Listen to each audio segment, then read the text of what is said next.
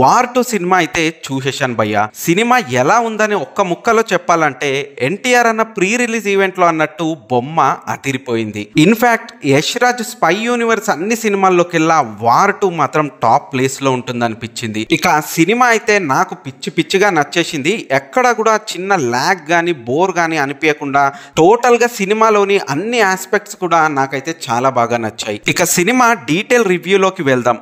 ముందుగా కథ విషయానికి వస్తే రా ఏజెంట్ అయిన కబీర్ ఖలీ అనే ఒక ముఠాని పట్టుకోవడం కోసం నెగటివ్ యాంగిల్లో ఆ ముఠాకి దగ్గరవుతూ ఉంటాడు. ఇక కబీర్ ఆ గ్యాంగ్ లోకి ఎంటర్ అవ్వడం కోసం చేసిన ఒక తప్పు వల్ల మొత్తం రా డిపార్ట్మెంట్ అంతా కబీర్ ని టార్గెట్ గా చేస్తుంది.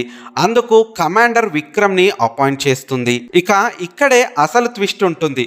కబీర్ కి విక్రమ్ కి మధ్య చిన్న పాస్ట్ ఉంటుంది. ఆ పాస్ట్ లో వీళ్ళిద్దరి మధ్య ఉన్న కాన్ఫ్లిక్టే ఈ ఆపరేషన్ లో కూడా బాగా రిఫ్లెక్ట్ అవుతుంది. అయితే వీళ్ళిద్దరిలో గుడ్ షేడ్ ఎవరు, నెగిటివ్ షేడ్ ఎవరు, ఇక ఈ వార్ లో ఎవరు గెలిచారనేది మీరు సినిమా చూసే తెలుసుకోవాలి.